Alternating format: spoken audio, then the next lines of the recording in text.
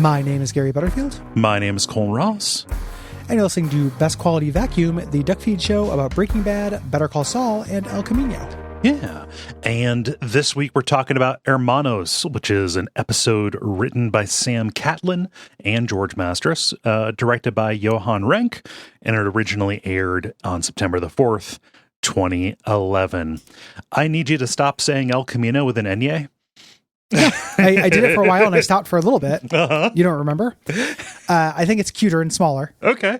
And I like it. Okay. The El Camino. All right. Okay. It's a small car. It's Stuart. Imagine Stuart Little escaping from the meth lab slavery. An El Camino is not a small car.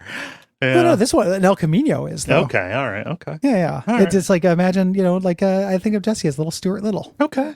All right. Yeah. This is a great episode of this show. I love this so much. Yeah. This is a highlight Mm-hmm. to me. This is a Gus episode. Yeah. And it's our first Gus episode. Like, Gus has been mysterious this entire time. We're getting things from his point of view. We're learning about his past. We're learning how he got involved with the cartel. We realize why he hates the Salamancas here in a deliciously brutal scene. It's extremely good. Yeah. Like this feels, I don't know, it comes out of nowhere a little bit. Him and Hector specifically. I forget how late this is introduced and kind of how little they do with Hector up to this point. Like there's like literally just having these two have this origin moment is a great example of picking up memorable toys that they left around and making incredibly good use out of them. And it works because we haven't spent that much time with Gus. Right. So like the track they've laid before does not occlude having Gus have a personal vendetta. Yes. Up until this point, we're just Gus is a cold professional and Gus likes money. But we just have not spent very much time with him. He's such an imposing character and the performance is so powerful that like he looms very large in every scene. Yeah. And we know he's kind of, a puppet master. We get these little hints. Yeah. But we don't spend a lot of time with him. So now that they actually like put all their cards on the table, I love how from this point forward, they're going to fill that in. And when I say forward, I also mean Better Call Saul. Yes. And it ends up just making sense in retrospect. It's I don't know if it was planned ahead of time. Like it could have been. It feels like it fits really perfectly. If it's a retcon, it's a great retcon. It would be bizarre and a bad choice for them to make him essentially like the cousins, where he's going to die at the end of this season, right? If he just went without having any like emotional core to him other than cold and calculating or just being a foil to Walt, right? Yeah. Like he'd be a cartoon supervillain, right? He'd be a comic book character instead of something a little bit deeper. I love it. This is when people were disappointed when Breaking Bad picked up again with season 5. Like some people don't like season 5 as much. I still love season 5. Yeah. Walt versus Hank and Walt versus Mike are both beautiful to me. This is what they were missing. Yeah. This upshift in season 4, when we get into this just really complicated and emotionally brutal shit, is I think that like kind of peak Breaking Bad. Yeah. Kind of from here until the end of season 4. And it begins here. It's great. Yeah. Super great. The other portion of this episode is also very good to me. Hank is continuing his investigation, and we get one of our first real Hank and Gus scenes that is not just kind of, joking at the, either at the office or like at Gus's office at the restaurant, like this is them getting into direct confrontation. Hank is going rogue with his investigation into Gus, and has roped Walt in unknowingly. Yes. Like, hey, Walt, do you want to be implicated in the news tightening on your boss? Yeah, it's great. I love what this does to Walt. It's really good. We never actually get Gus's entire backstory right through this.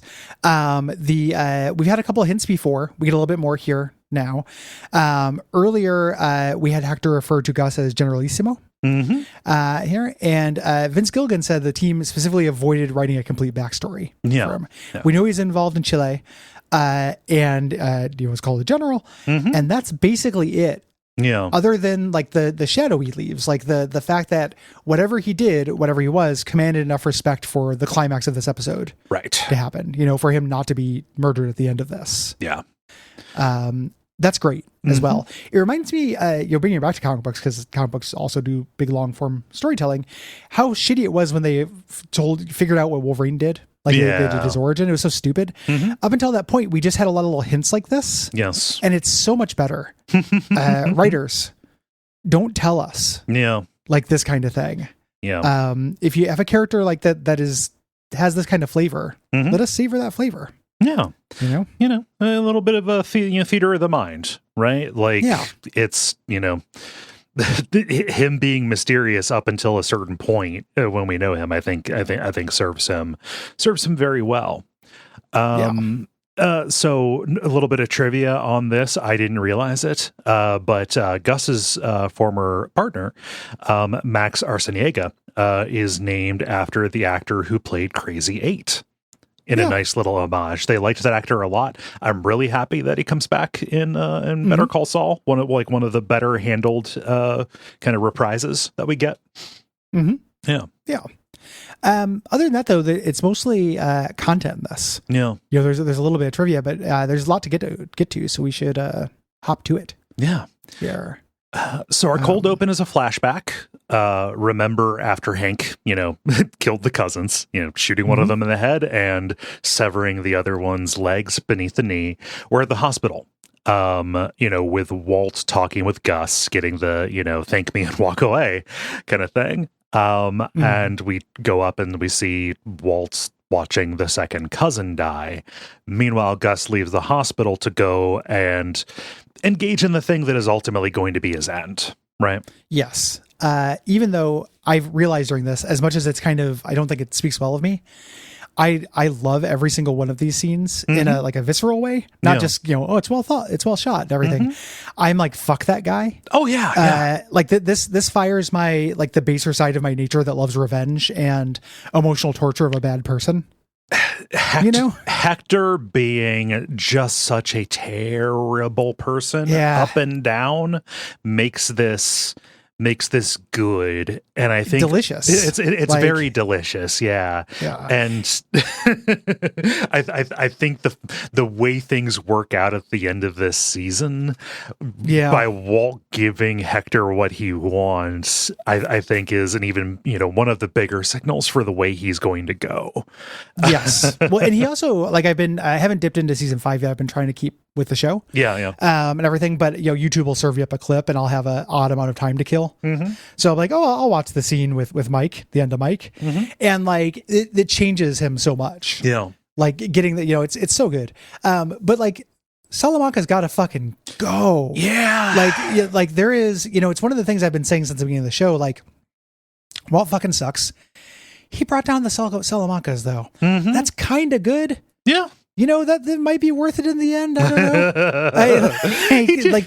They gotta go. Yeah. So we should say directly what's going on. So Gus leaves the hospital and goes to the nursing home to taunt Hector. Right, wheelchair bound, nonverbal, can only communicate through bells. Hector goes there and sits down. Hector is looking away from him, not just in a reduced mobility, like can't control himself way. Very pointedly, not looking. It's Gus the only sign of disrespect he has the physical capacity to make. Yes. At this point.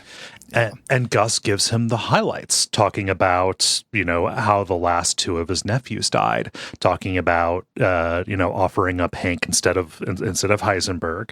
And a call was placed, and Juan Bolsa might know more about this, but, he was killed in a raid. So. Yeah, it was an accident. Yeah.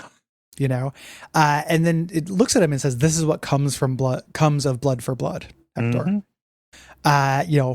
Look at me. He won't do it yet. Yeah, we'll get there. And then the cold open ends with a shot of blood spreading out through the water of a swimming pool. Yeah. This is a little cheeky. The whites have a swimming pool. They're always doing this shit. Yeah. We're going to find out what this is at the end. Yes. So present day, Walt is at an imaging center in a locker room getting ready to get a PET scan. And he is kind of getting changed alongside this, younger guy, kind of coded as like a yuppie businessman kind of dude who is very nervous. Kind of given what seems like the same talk that he gives other people when they ask how he's doing kind of deal. Yeah. It's rehearsed. He's new to cancer. Yes. I mean, for lack of a better word, Walt is very uninvested. Yeah. And this, like, he takes a phone call and the guy continues. He needs to talk to somebody. He's really nervous. He's doing this for one of the first times. And he says, like, we had all these plans. My wife and I were going to have a baby and everything. But like they say, man plans and God laughs. And Walt says, that's bullshit. Don't give up control. And he basically explains, that I have to come in here every 3 months. At one point I'm going to come in and they're going to tell me I'm going to die. But until then, I'm in charge. Every life comes with a death sentence. That's how I live my life. Yeah. In a way, life is death. Yeah. This is him posting on Facebook that he's loyal but dangerous. Yeah. A little bit. He went to the school of hard knocks. Yeah. A little bit. It's funny that the scene is in the rest of this episode where he is such a scared little rabbit. Oh, I mean, it's on purpose, but like, in a whole season where he's such a scared little rabbit. Yeah. He's a blowfish. He's puffing up here for somebody who doesn't know any better, someone who has shown vulnerability to him, and he can, be a badass, in this moment, to hell with your cancer, but I'm in charge. I'm in control. That's how I live my life. When, like when he says, I'm the one who knocks, nothing could be further from the truth. And he wakes up the next day and he regrets that. Yeah. Like he's never going to see this guy again, so he's not going to have a chance to regret this. But this idea that he has these like flights of fantasy where he is the man that he hopes he is and wants to be, and then all the rest of the time where he's not. Yeah. And that's what, again, like that's that pivot to season 5 where at the end of the season, he flips to actually believing it and then fucks everything up. Like I have very little time for people who don't like season 5 of Breaking Bad. So we get a cut to Walt getting suited up in the lab. He's putting on his clothes. We get a seamless cut. He's suiting up in the lab. Gus is watching through the security camera. And I love that he's got like all the Poyos security cameras and then just a little Walt, like picture in picture. Little Walt cam. Yeah. And then something that doesn't happen happens. Like this isn't just a cutaway showing that he's always being watched. We're switching. This is the handoff. This is the handoff of point of view. We are now following Gus. Like he does a little work task. He goes out and gives a little lesson on how to descale the fryer. Right? Yeah. Use fresh water from the freezer, not tap water. Yeah. Gets a call from the police, and then we cut to him at the courthouse. Yeah. During this entire scene, they're doing great work with like micro expressions, like just showing his hand twitching or showing his face, kind of like him holding it steady actively. During this, it's really good. Great performance. Yeah. When he's here, he spots a sketch of Victor on the wall and sees Hank. So he knows something's up. Yes. And he comes in for the informal chat. Hank, Gomi, Asac Schrader, and Tim, the homicide detective. Yeah. And Gus pleasantly waives his right to an attorney. Like, this isn't like an interrogation or anything, but you do have the right. And Gus, is confident. Does not want to raise suspicion here. And they tell him, hey, your fingerprints were found at the site of a crime. A suspected drug manufacturer was murdered. And Gus tells, Gail Bedecker. Yeah, I love it. Right? Gail Bedecker, and Hank is just staring at him like laser eyes into him. And Gus lays out his story, which is great. Again, just like super plausible. Master of his craft. He created this chemistry scholarship in honor of his old business partner, Max Arciniega. Gail won the scholarship before he graduated in 1999, and he's acting perfectly during it. And he's like, "Oh, you stayed in contact with him?" He's like, "No." Yeah. But I ran to him at the restaurant. He invited me over for dinner. I accepted. He's like, "Oh, just for fun?" No, I think he was asking for money. Yeah. Like he has good answers to all of Hank's like little gotchas. Like, "Oh, just for fun? Oh, you kept in touch with him? That's weird. He's a drug dealer." It's like, no. No, it's not what you think. It's painting a picture, of Gale as somebody who would be at risk, somebody who is doing, involved in shady stuff and getting desperate, saying, he didn't say, but, he wanted money. He spoke in terms of investments, but I turned him down. And just the continual shitting on Gale Boetticher's memory here, saying Gale was an incredibly talented chemist, but for reasons I never understood, he was more interested in taking shortcuts than what would have been a very promising career. Well, it's also, that's him talking about Walt too. Yes. Yeah. Right. So like Walt is a great chemist, but he can't get his shit together. Right. And keeps doing things, and they could have just got the $3 million and left. Yeah. Tim asks for Gus's alibi. He checks his notebook and says he was at a fundraiser. Of course, he was at like a fundraiser. Yeah. Yeah. And then ASAC's like, well, we're fucked. Like, we don't have anything. Does anyone else have any more questions? And then Hank throws Gus for the first time. Says, hey, is Gustavo Fring your real name? Like, oh, my real name? Like, that's weird. Yeah. Yeah. And there's no record, of him living in Chile. Like, a paper trail begins when he immigrated to Mexico. Right. In, 1986, which is right after the year that... Yeah, Pinochet fell. Pinochet was assassinated, yeah. Yeah.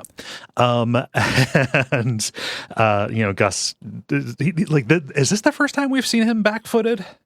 Yeah. I think so. Yeah, I think, this is cracks really starting to show, right? Yeah. He composes himself and says, among the many crimes of Pinochet, nobody would accuse them of keeping very good records, right? Yeah. And this is true. They say even here in America, like immigration records didn't get super detailed or scrutinized until after, 9/11. Yeah. Yes. Yeah.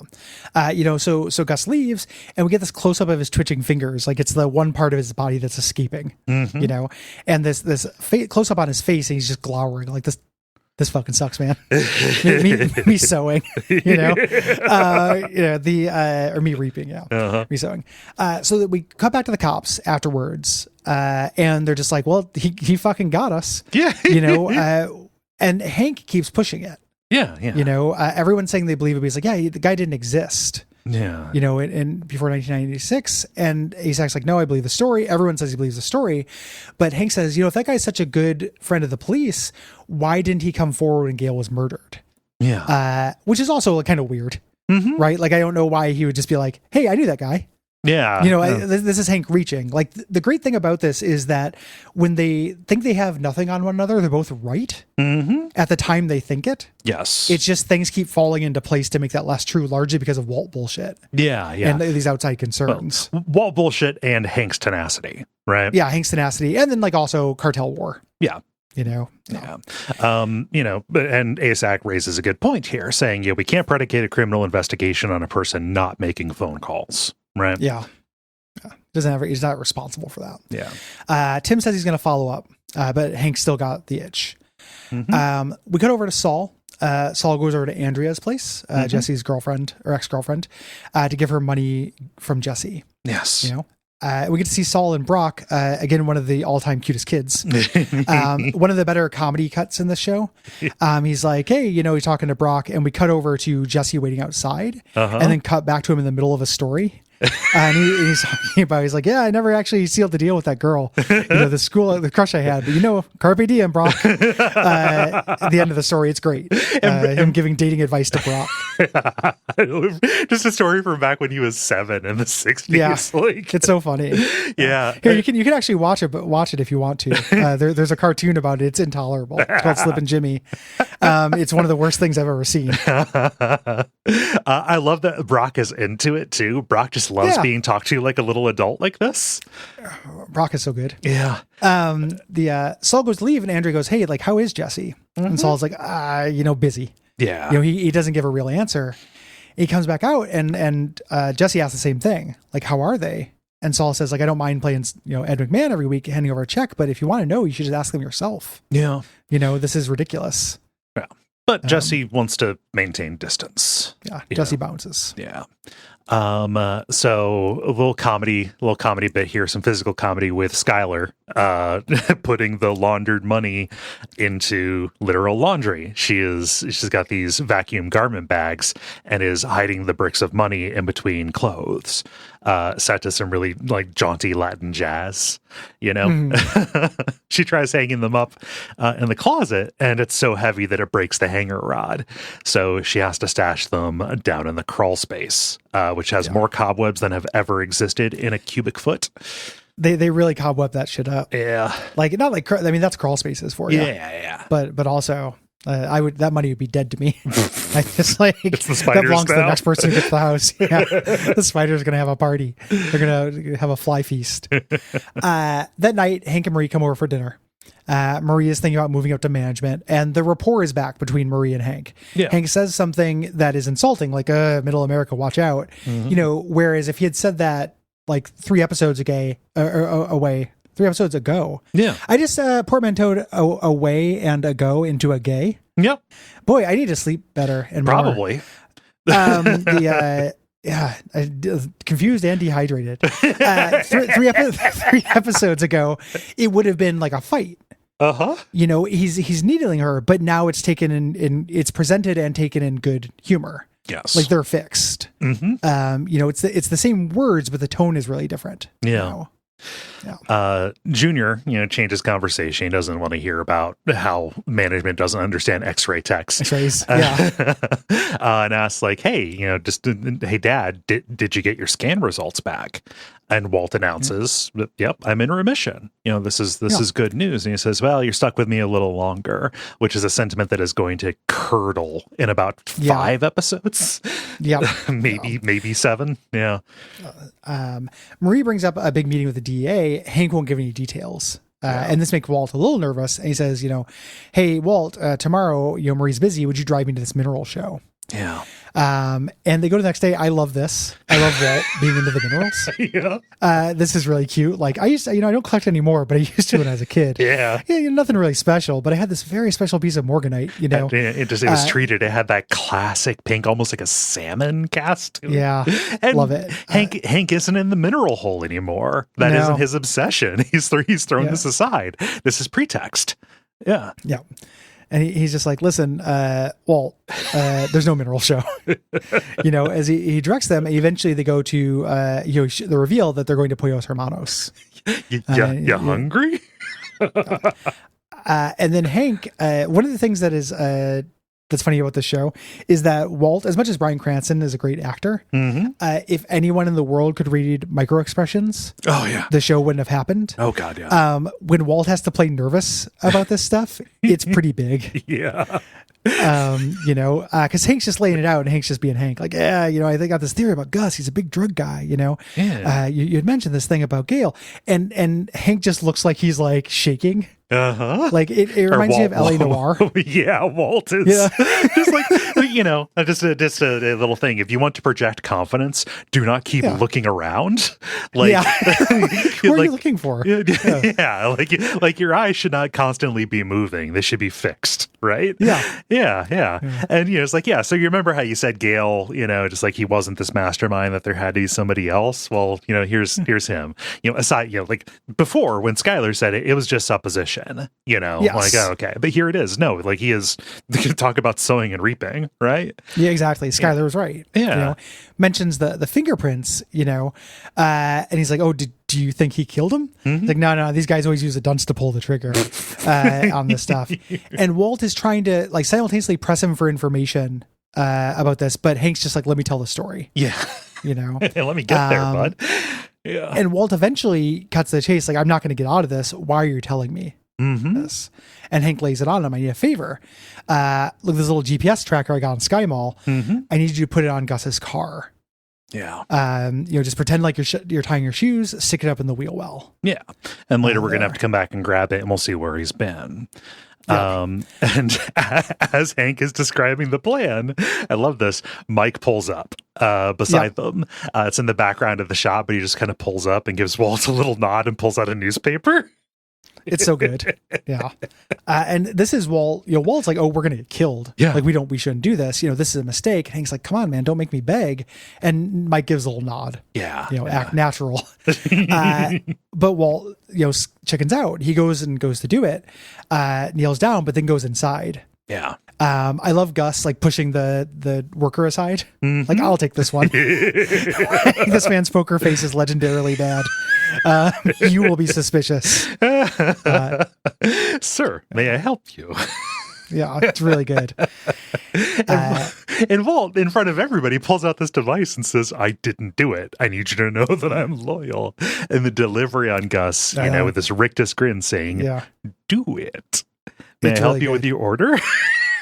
Do it. Yeah, it's really good. So Walt leaves with a drink. He bends down and puts it back. And Hank's like, what the hell was that? He mumbles something about, we need to make sure it was on there. Yeah. And then says, hey, where's my soda? It's happened now. Yeah. And Walt's like, oh, I've got a target on my back now. Yep. This is the ultimate betrayal. He's underestimating Gus here, which is something that he does also frequently. Yeah. Like, Gus can handle this. If Gus knows it's there, it's fine. Right. But he rushes the lab to just kind of scream into the security camera. Yeah. I thought I was driving the man to a gem and mineral show. I would never do that. I love providing that detail. Yeah. I assure you, my whole family is very lame. Like, just like, you can understand my enthusiasm. You said gems and minerals. I didn't think of it. Listen, there was this morganite. I thought I'd get it again. I was blinded by agates. You have to understand. Surely. Have you ever seen bismuth? For the love of God, Gus. Majestic. So he changes tack, right? Like the panic kind of passes, and he says something strategic. Saying like, Hank has nothing on you. Based on what he said, it's all just hunches. And if you make a move on Hank, it'll only draw attention. Basically, kind of reiterating stuff related to the cousins, right? Yes. I will make sure that he discovers nothing. Mm-hmm. But next he goes over to Jesse's. He's like, oh, the timetable has moved up. We need to make sure Gus dies. Yes. Where do we stand with the ricin? Mm-hmm. And Jesse avoids it. He's like, well, you tell me if you lost it, right? Listen, we have to do this now. Yeah. Jesse's skeptical. He says, no, Hank is on to Gus. Yeah.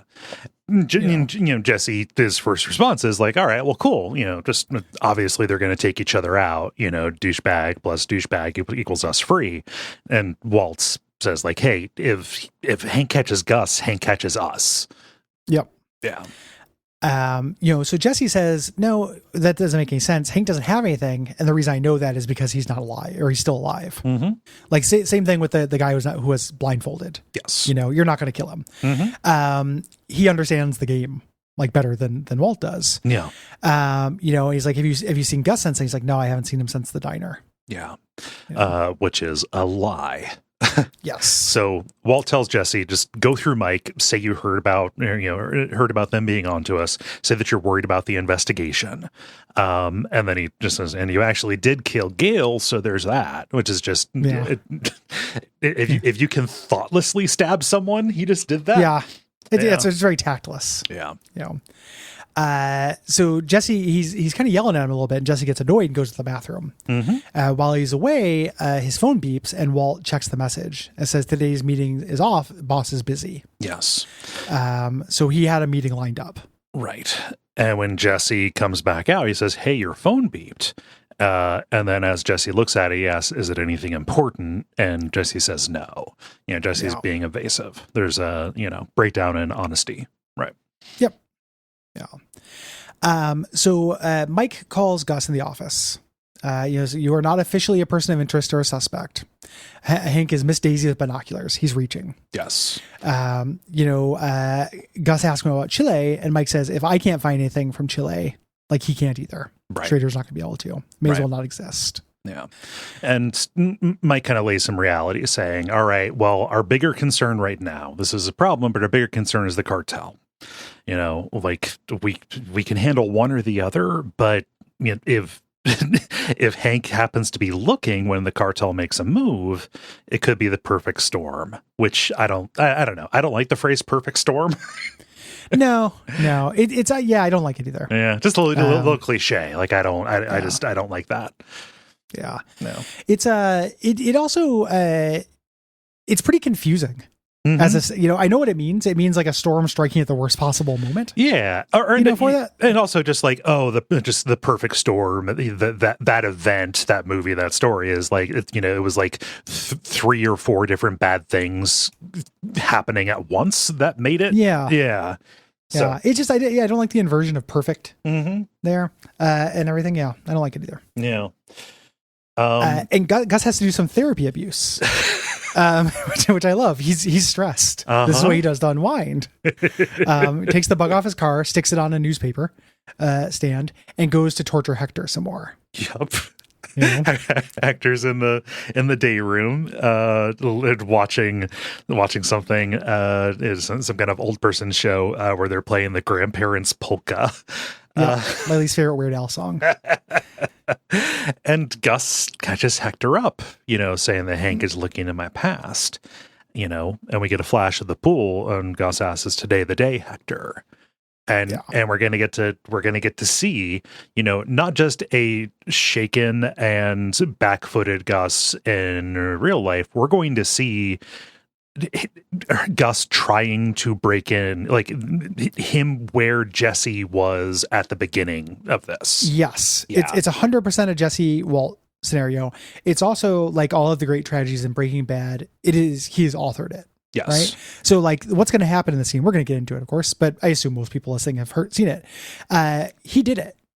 Like this was his idea to get involved with the cartel. Like everyone, he is punished for greed. In this, and for so there's a parallel there also with Walt, where like if he had just kept his place, had not tried to set this meeting and did this risky thing, he would be in a better situation. Yes. So it's Mexico in the 80s. It's orange. It's the hacienda of Don Eladio. Yeah. The head of the Mexican cartel. Yeah. They're out by the pool, and Gus is really nervous. He's kind of pacing. And we see Max, kind of a younger guy, as business partner, reassuring him, saying, "Hey, the plan is good. Just be confident. You're good." And you're a blowfish. Yeah. And out comes a young Hector. We've seen young Hector before, but just it is good to remember that Margolis, that actor's name, is especially good. Mark Margolis. There we go. I almost said Don, but yeah. No, that's Jane, Don. Jane's dad. Jane's dad. Yeah. The Mark Margolis. One of the reasons why it works, making him young here and making him younger in Better Call Saul, is he has always looked old. Yes, you go back to Scarface, he looks like that. Yeah, yeah. Like he's in Tales from the Dark Side of the movie, and he looks exactly like this. He goes and takes a piss in the pool. Come on. And Juan Bolsa's like, the boss will have your balls for that. No one's going to tell him. But then he turns to Hector or turns to Gus and Max and jokes about liking what they see. This is the first implication that Gus is gay. Yes. This is canonical later. Yes. Here. People argued about that so much. Yeah. It's it makes a sense for... I mean, Hector would be homophobic anyway, right? Yes, that's what I mean. Like it adds to Hector being a shit. Like his hatred of Gus is rooted in racism and homophobia. Yes, like in a lot of ways, which is fine, makes sense and stuff. When people argued about him being gay, like he is a non-sexual character for almost the entirety. Yes. Of the show. When people were arguing about it, the thing that frustrated me about those discussions were people like, "Oh, he's a snappy dresser." And I'm like, come on. Yeah. Like, please. What the fuck? Please stop. What year is it? Yeah, please stop adding, sexualities to every single possible personality trait. Like it's part of his story, but like, oh, the evidence is there. He had this look with Max. He's a snappy dresser. He's fastidious and clean. And I'm like, you realize you're just doing fucking, Catskills, homophobic comedy when you do that shit. Like, even if you don't mean it that way, even if you're doing that, and like, even if you're gay and you're doing that, it feels like you're still kind of playing in the same tropes. Yeah. I don't know. Like, people can be fastidious and dress well. It's just a thing. Do not let them divide us. But Gus is gay. Yes. And Bolsa tells them, and I love Bolsa with a full head of hair too. Yeah. Yeah. Bolsa tells them, I like your restaurant. And, Hector, chimes in because he has to be. And say, yes, white meat, dark meat, they don't look like brothers to me. Just again, the racism coming through. And because they're not brothers, they're lovers. Yes. And Don Eladio comes out. And Don Eladio is a fucking force of nature. God, I fucking love Don Eladio so much. Oh my God. He getting this actor and getting Mark Margolis was such a huge get because these are both guys who play this kind of dude in Scarfaces. Well, I mean, literally, they played best friends in Scarface. What's his name here? Stephen Bauer. Stephen Bauer. Yeah, it's a weird secret to the show because they also it was a big thing with Jonathan Banks as well. Yeah, is you get these heavies who are kind of past their prime to play heavies that are a little bit past their prime, and it's classic. Yeah, they're just really really good at playing this specific part. Yeah, Don Eladio is great. Yeah, it just comes. Sorry, I was gonna say because we get this entire cartel and there's all these different flavors of evil, and I love that we have Don Eladio, and then I love in Better Call Saul when we get Lalo. Yes, as an antagonist who kind of takes after this. Yeah, they're not all Tuco's. Tuco who is crazy and Hector who is sadistic. And just cruel. Yeah, and then we get this cruelty with a smile. Yeah, kind of angle of it as well. Outgoing, gregarious kind of front on top of just a ruthlessness, right? Yeah, just the demeanor on both of those characters is incredibly disarming. I love it. Yeah. It's part of why when Lalo shows up, Lalo is one of my favorite parts of any of this stuff. Yeah, and just having that performance. Yeah, I'm really a sucker for this kind of thing. Yes. So he sits down with them. Yeah. Praising the chicken, right? Talking about it's spicy. It is. Yeah. It's so zesty. All of this is in subtitled Spanish. Yes. But it's coming down and just but it doesn't taste like a Mexican recipe. We like a lot more kick. Just making fun small talk, right? Yep. And ask them what's on the menu aside from chicken. And this is the trick of this.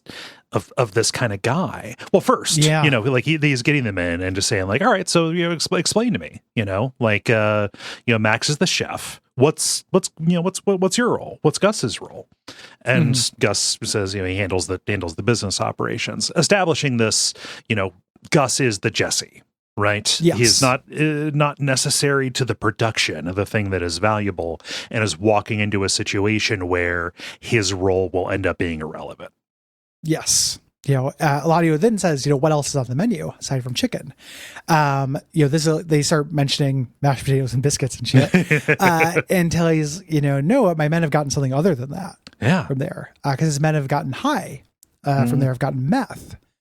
And Gus says, I didn't sell your men meth. I gave them samples, hoping that they would bring them to you. Forgive me, but I couldn't think of another way to get your attention. Yeah, I couldn't think of another way to set up this meeting very specifically. Yes. Yeah. And Eladio is not impressed, right?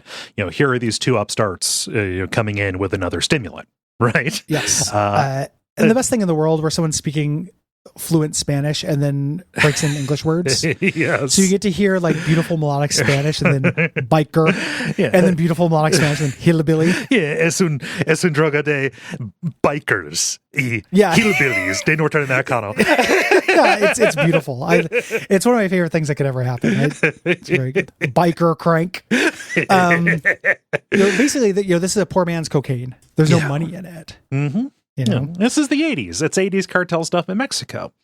And Max lays out his case, right? Saying I am a biochemist by training. I am not somebody who's working out of a shitty garage. And the meth that we make is not this biker crank that you're familiar with. It's pure, it's glass.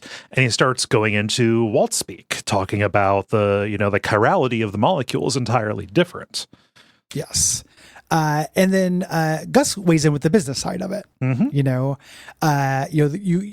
cartel, you could actually triple your profits. Yeah. And right now you're being middlemen for the Colombians. Yeah. You take a portion, but you could take all of it. Yeah. You take a portion of the profits, but all of the risk. Yep. Exactly. It's and he's not wrong, but again, there's this disrespect angle, like being, calling this guy the most powerful person in the country, a middleman for the Colombians is not great. Yeah. Among other things. And Max says, we can show you how to manufacture it here in Mexico. You won't have to get it from anyone else. It's entirely artificial. You're not relying on the Colombians even for raw materials. Yes. Yeah. So Eladio says, Hector, what's wrong with you? Why didn't you get any glasses for Gus and Max? Ask about Max's credentials. I studied at the University of Santiago. Gus paid for his education. Yes. Yeah. He's been doing this for a while. This exact play. Yeah. And Hector's over. He's watching this as he's over at the bar getting stuff. And Eladio reiterates this, this question. Okay, so those are impressive credentials, but if Max makes the product, where does Gus fit in? Why should I negotiate with someone who doesn't respect me? And the mask is gone at this point. Yeah, I love this difference in knowing who they're with. So Gus is shook and he's just I didn't mean any insult and everything, but Max starts panicking. Yes, like Max knows this is bad. I see, please forgive him this small thing. I know Gustavo like a brother. He's an honorable man, the most loyal man I know. I need him. I swear to God. Again, huge parallels, right? This is Walt and Jesse. Then we hear a gunshot, and it was Hector who shot Max through the head. This is so shocking because you don't see the run up at all. Like the gunshot comes from out of frame. It's a thing where for some reason in my head when I was thinking about this is that I could never be a henchman to a Don Eladio because I would never pick up these subtle messages like shoot this guy. I'd be over there with drinks like, what? You said to get him drinks. There's no way and like the risk you shoot him. He's like, I didn't want you to do that. I wanted you to give him drinks. And just like, well, fuck. I am not cut out for this cartel lifestyle. Like I cannot handle the subtle intricacies of this communication. Yeah. Oh boy. I just picked a whole basket of whoopsie daisies. Sorry, bro. Yep. Well, here comes Mr. Butterfingers. Sorry, Don Eladio.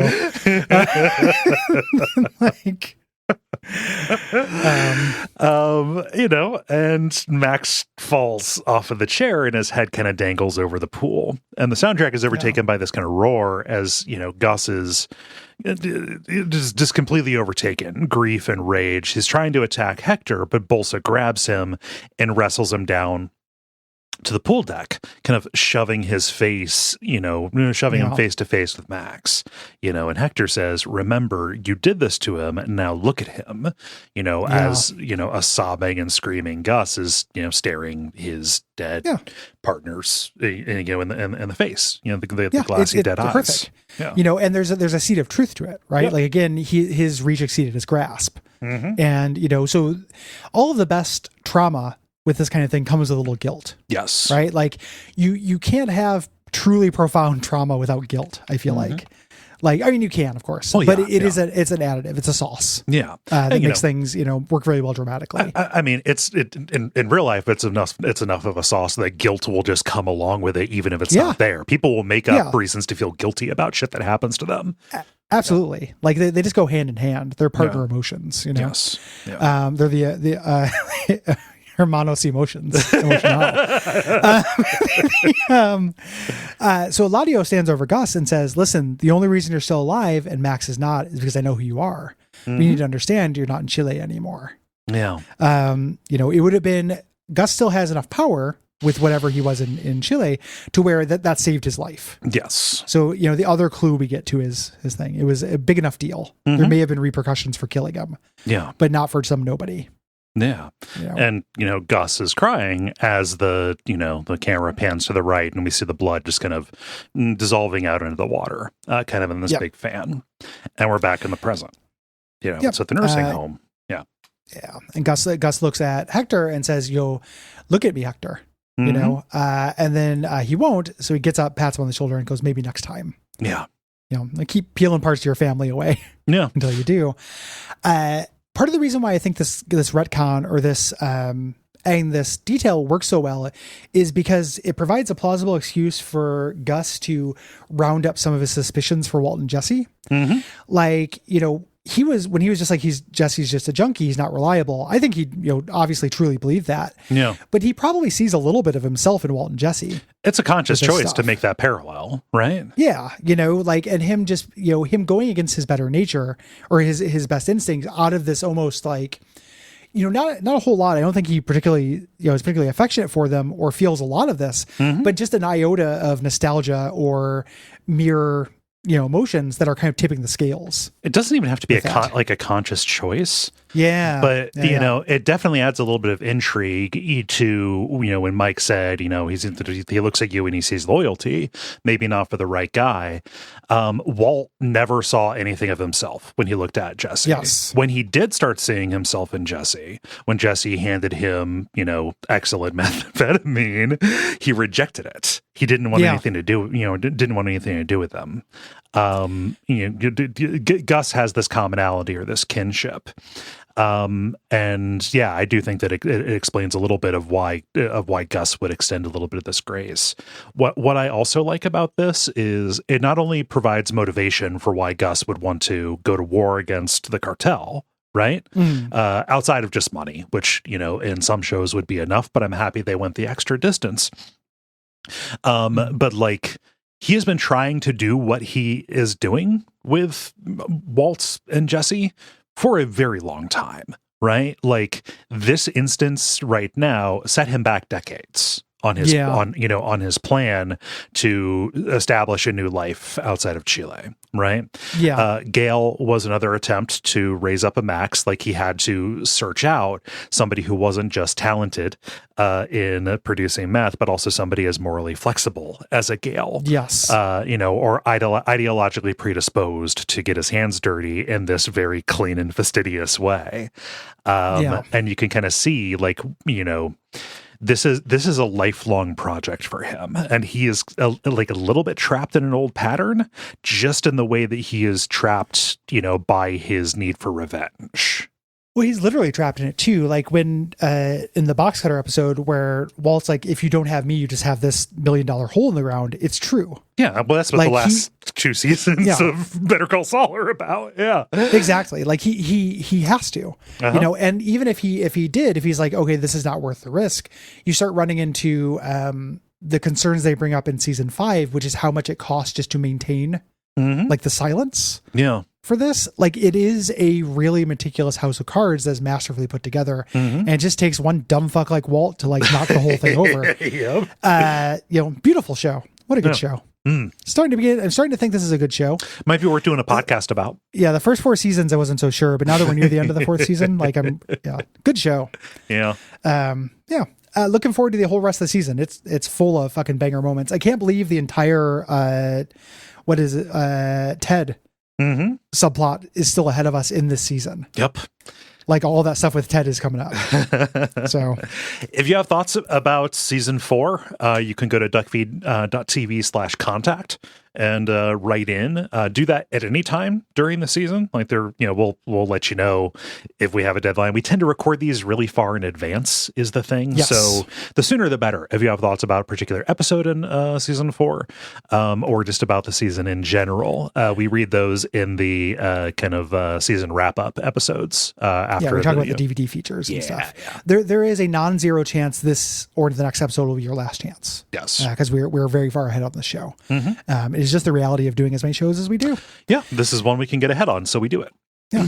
So, other than that, though, join us on Patreon, patreon.com/DuckFeed.tv. Please leave us ratings and reviews on Apple Podcasts, Podcast Addict. Please listen to our other shows, and please join us in thanking our producer, Gwen. Thank you, Gwen, who also composed and performed our theme song for the show. Yeah. And until next time, keep your grasp within your reach. Please. Yeah.